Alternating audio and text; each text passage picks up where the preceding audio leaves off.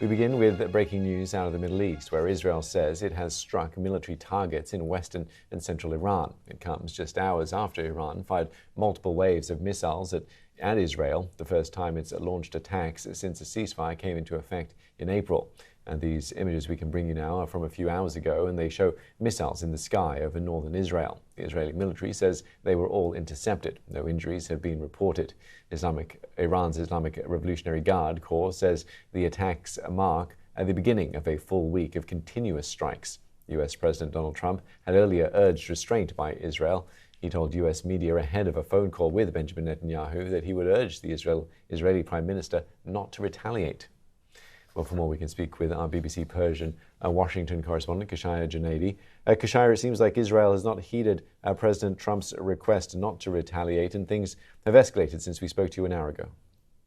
Yes, it seems so. And the Iranian state TV just reported that explosions had been heard in Tehran, Tabriz, northwestern of Iran, and as well as Isfahan, central Iran.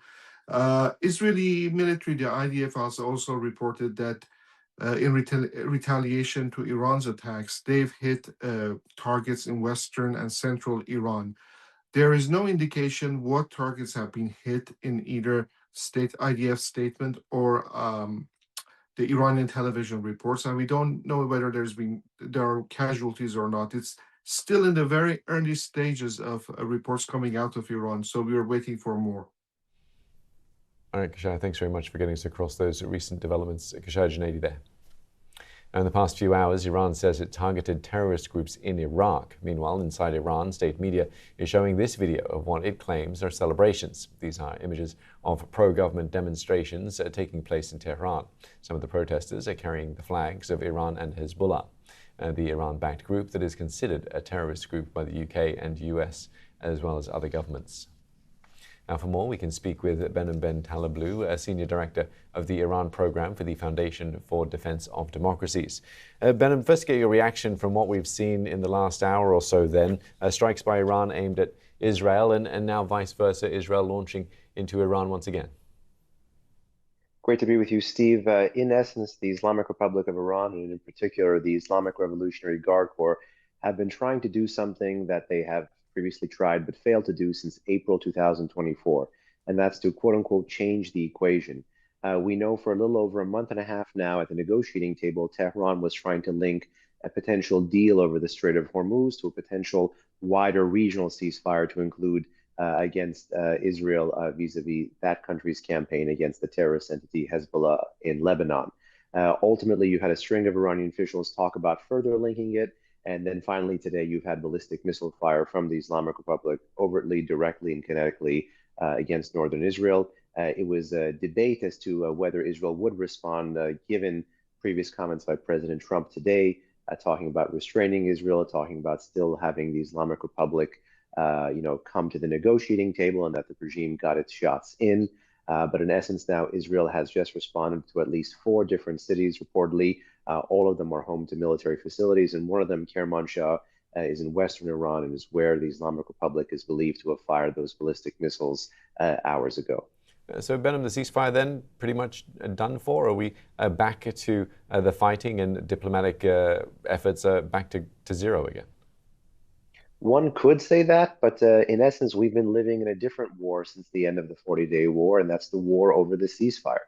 You've seen the Islamic Republic over the past few days not just respond to U.S. attempts to prevent the regime from dropping additional mines in the Persian Gulf or moving more military assets into islands near the Strait of Hormuz, for example, but also the Islamic Republic returned fire and respond against civilian infrastructure and critical infrastructure in neighboring GCC countries that are major U.S. partners, like Kuwait and Bahrain, for example.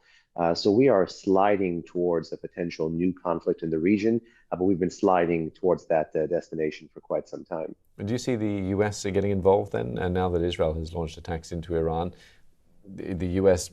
will have to decide which way it wants to go, whether it wants to continue to talk about dialogue or whether it wants to send a message to Iran, perhaps.